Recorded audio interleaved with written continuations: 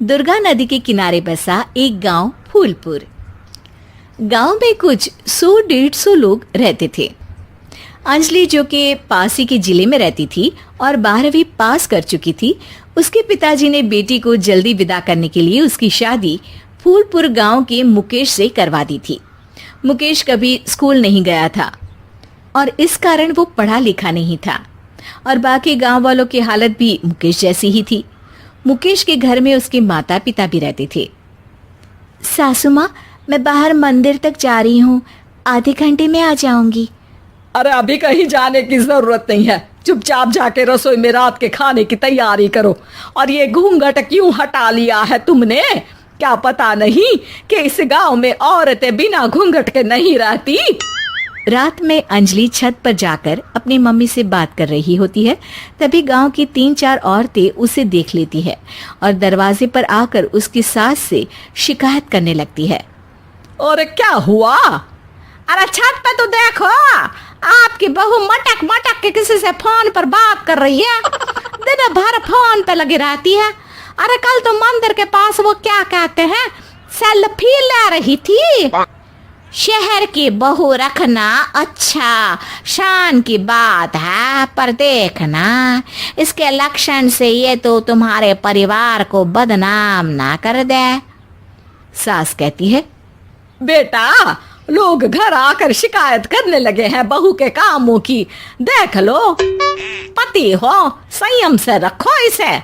माँ जी, मैं तो अपनी माँ से बात कर रही थी क्योंकि यहाँ कोई बात करने लायक ही नहीं है और अब मैं माँ के पास ही रहूंगी। वहाँ क्या रहना, वहाँ बाहर के लोग तो ठीक है पर घर के लोग भी इज्जत ना दे सके। अरे नहीं नहीं अंजलि, ऐसा नहीं है, धीरे धीरे सब ठीक हो जाएगा, तुम फिक्र ना करो। अरे बस कुछ बोलना ही नहीं है, सर पे चढ़ा रखा है बहू को। मैं तो कहती हूँ हम दोनों शहर चले जाते हैं।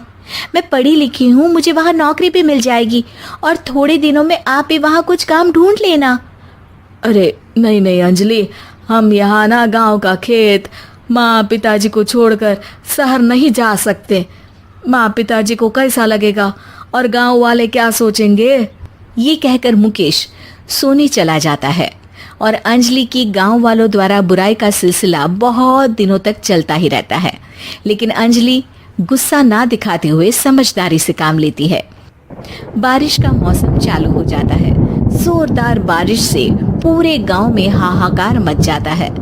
दुर्गा नदी में बाढ़ आ जाती है और बाढ़ का पानी पूरे गांव की फसल तबाह कर देता है।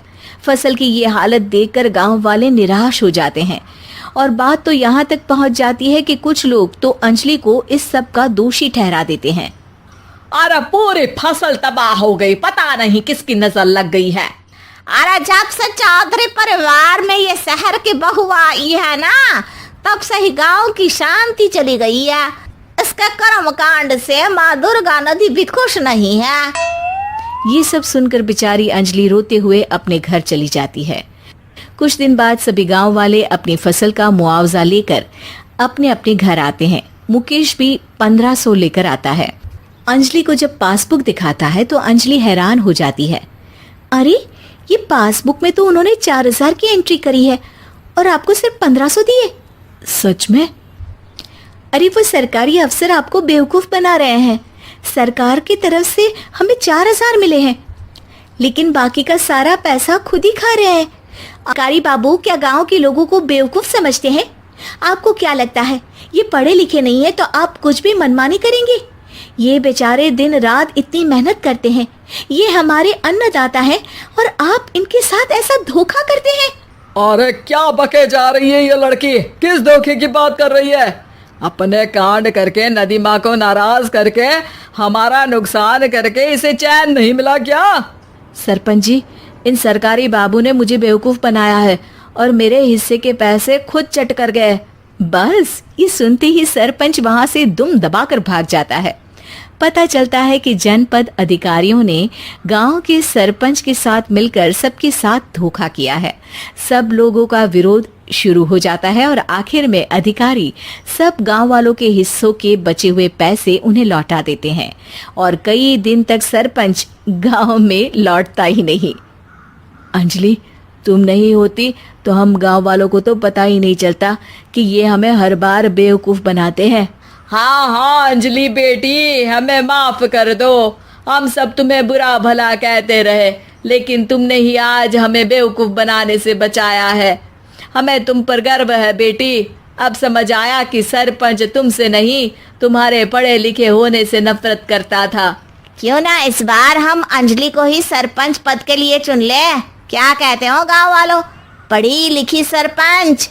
बस पूरा गांव अंजलि के लिए ताली बजाता है और अंजलि की सास उसे खुशी से गले लगा लेती